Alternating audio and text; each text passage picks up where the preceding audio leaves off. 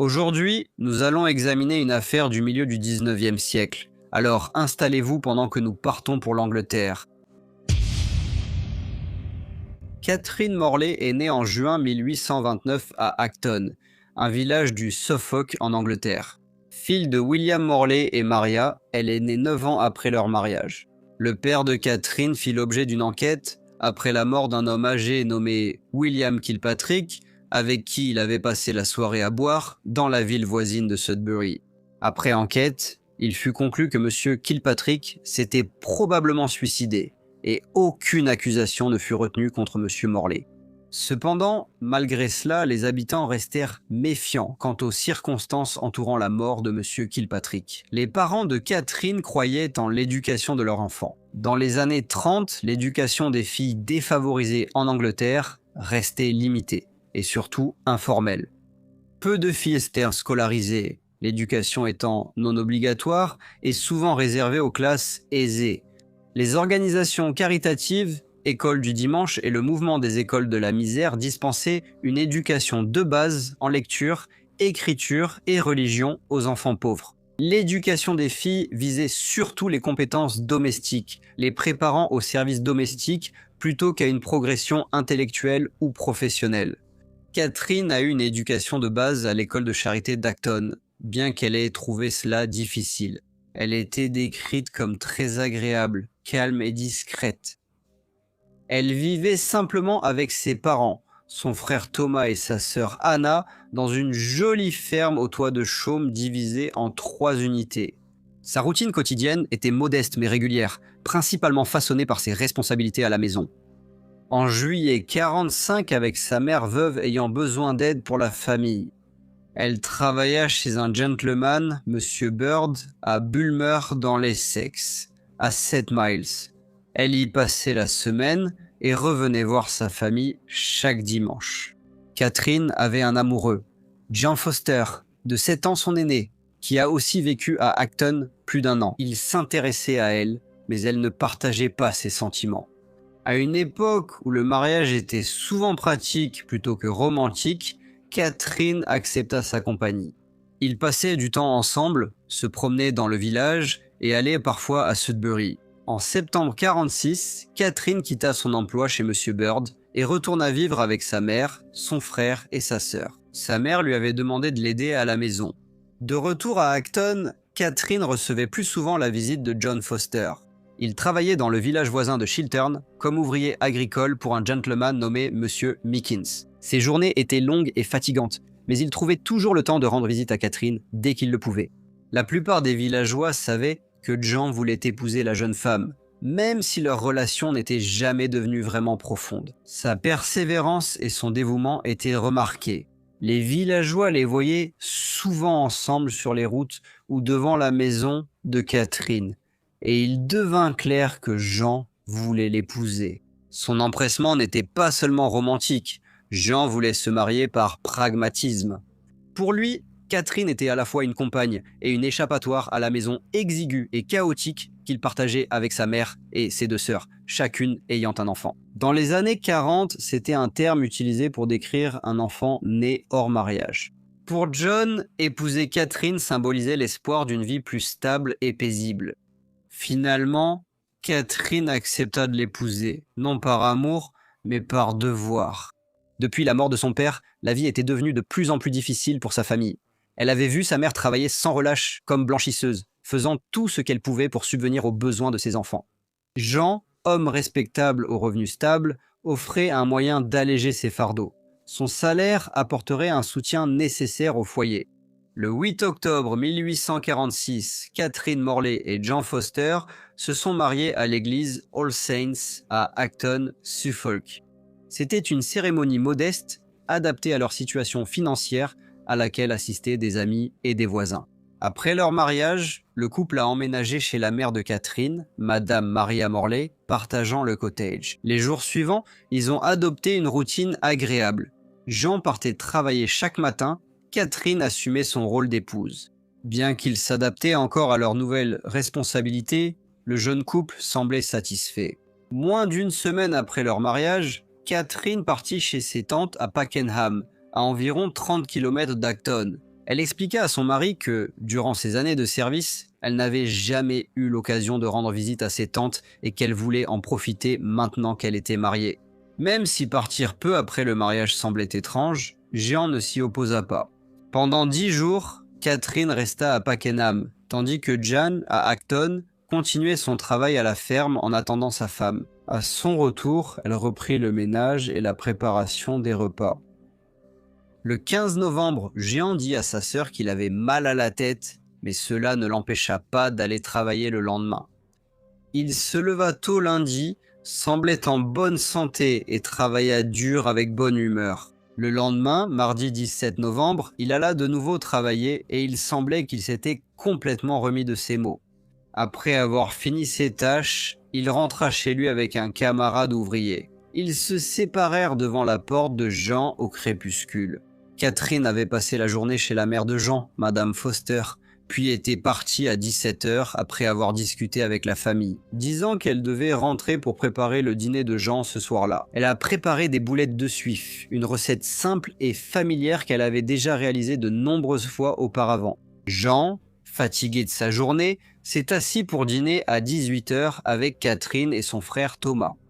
Ils ont tous discuté pendant qu'ils mangeaient et l'atmosphère dans la maison était calme et sans particularité. Cependant, peu de temps après, Jean a commencé à se sentir très mal. Ne sachant pas la cause de sa maladie, il alla se reposer dans la petite chambre du rez-de-chaussée qu'il partageait avec Catherine. Lorsque Madame Morley est rentrée, elle a pris sur elle de s'occuper de lui. Elle lui a préparé un bol de bouillie avec une goutte de brandy, espérant apaiser sa douleur. Au cours de la nuit, l'état de John a empiré. Il se tenait le ventre, visiblement mal à l'aise, et bougeait de plus en plus lentement. Peu après, il a vomi plusieurs fois dans une bassine, sans trouver de soulagement à son malaise. Madame Morley a vidé le contenu de la bassine dehors, les jetant au bord de son jardin avec les restes de boulettes. Elle a ensuite essayé de dormir un peu. Ce soir-là, Catherine prit la curieuse décision de ne pas rester au chevet de son mari. Elle dormit à l'étage avec sa mère. Laissant John seul dans sa misère, c'était une décision inhabituelle. D'autant plus qu'il était évident pour tout le monde que John souffrait beaucoup d'inconfort. Cependant, Catherine paraissait plutôt détachée et s'inquiétait surtout de ne pas dormir si son mari gémissait toute la nuit.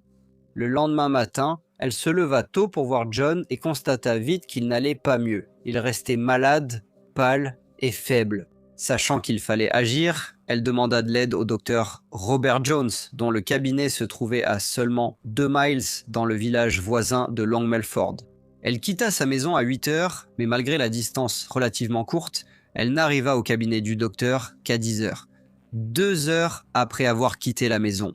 Son retard surprenait vu l'état de John.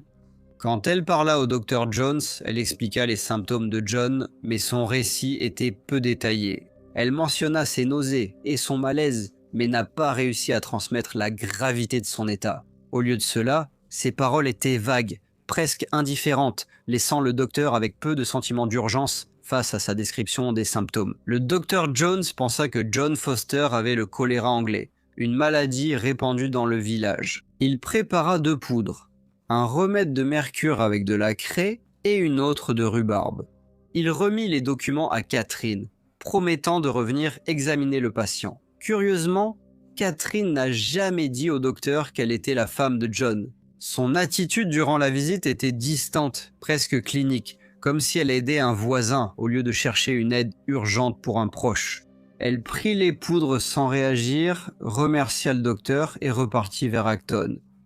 Elle prit le chemin le plus long pour rentrer chez elle, tandis que John restait seul dans leur cottage. Le temps passait lentement, sans personne à ses côtés pour lui offrir du réconfort ou des soins pendant ces heures sans médicaments.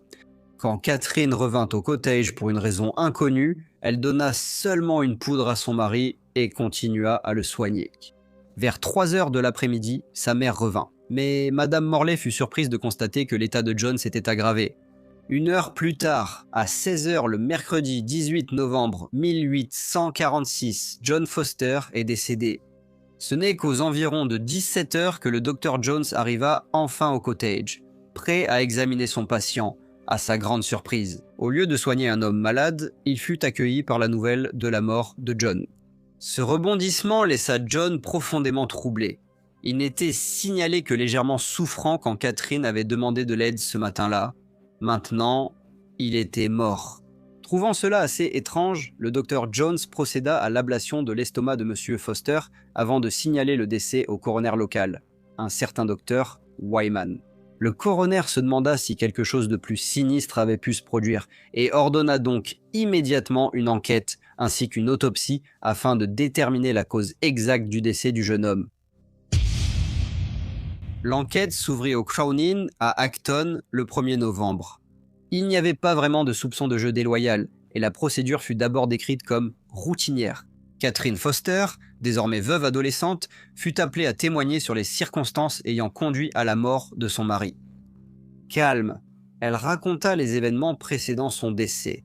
D'après Catherine, John souffrait d'un mal de tête persistant depuis leur mariage. Et le dimanche 15 novembre, son malaise s'est intensifié et il a décidé d'aller se coucher tôt, mais il a pu aller travailler le lendemain. Mais mardi soir, il souffrait de fortes brûlures d'estomac et de nausées. Il est retourné se coucher, mais sa santé s'est vite dégradée. Le lendemain, elle l'a trouvé trop malade pour se lever et a consulté le docteur Robert Jones à Long Melford. Elle a dit que le docteur lui avait donné 2 poudres médicinales qui, selon lui, aideraient John à se sentir mieux, mais elle n'en a administré qu'une seule. Pendant que Catherine relatait les derniers moments de son mari, elle se rappelait qu'il était tombé du lit, s'effondrant à genoux. Elle a dit qu'elle avait réussi à l'aider à s'asseoir sur une chaise, mais quelques minutes plus tard, il est décédé. Cependant, le témoignage du Dr Jones a transformé ce qui semblait au départ être une mort tragique mais naturelle, en un événement plus sombre et plus sinistre. Il a indiqué au tribunal du coroner qu'en examinant le corps du jeune homme, il avait relevé des signes suggérant un empoisonnement. Ses soupçons se sont encore accrus lorsqu'il a appris que des poules d'une propriété voisine qui avaient consommé les vomissures de John et les restes de boulettes étaient également mortes. En raison de ces découvertes troublantes, le coroner, M. Wyman, a décidé de lever l'audience afin de permettre un examen post-mortem approfondi et une analyse chimique du contenu de l'estomac de John. Il a aussi demandé d'examiner les restes des poules à la reprise de l'enquête. Le vendredi 7 novembre, le docteur Imago, chirurgien à Bury St Edmunds, a livré un témoignage accablant. Il avait réalisé l'autopsie et confirmé la présence d'une grande quantité d'arsenic dans l'estomac de John. Il précisa que ce poison avait aussi été trouvé dans les poulets. Il était évident que John Foster était mort d'un empoisonnement à l'arsenic. Aucune preuve n'indiquant une autre cause, vu sa bonne santé auparavant. Le jury a rendu un verdict unanime de meurtre avec préméditation. Catherine Foster, l'épouse du défunt, a été arrêtée et placée en garde à vue. Le procès de Catherine Foster a eu lieu le 9 mars 1847 au tribunal de Bury St Edmunds. Présidé par le juge Pollock, l'accusation était assurée par M. Gordon et la défense par M. Power. À son arrivée dans le box des accusés, Catherine paraissait calme et posée. Elle avait une certaine dignité tranquille et était vêtue d'une tenue de deuil, ce qui ajoutait à son apparence sombre. Elle a plaidé non coupable. Le Dr Jones et le Dr Imigo ont tous deux témoigné, tout comme 2 collègues de travail de John Foster, James Pleasance et William Stead, qui ont tous deux affirmé que John était en bonne santé lorsqu'il avait terminé sa journée de travail le jour de sa maladie soudaine. Un témoin clé du procès était le jeune frère de Catherine, Thomas Morley, âgé de 8 ans. Étant la seule autre personne présente à la maison le jour où John est tombé malade, il a pu apporter un éclairage sur ce qui s'était passé. C'était à l'accusation de le faire venir au tribunal, même s'ils avaient reconnu l'incohérence de ses déclarations. Pourtant, ils n'ont pas hésité à le faire témoigner, bien qu'ils doivent subir un contre-interrogatoire rigoureux de la défense.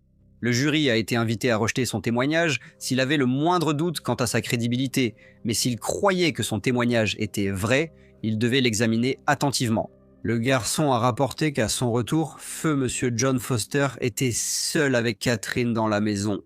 Il a dit que sa sœur préparait des boulettes pendant qu'il parlait.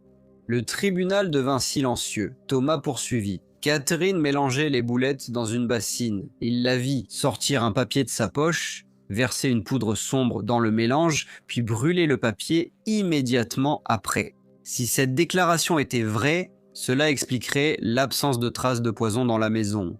Thomas a dit que lorsque Jean est rentré, il est sorti se laver les mains dans le jardin. Puis, À son retour, Catherine et lui dînaient déjà. Il a précisé que, pour une raison inconnue, les boulettes de Jean étaient dans un autre linge que celui partagé avec Catherine.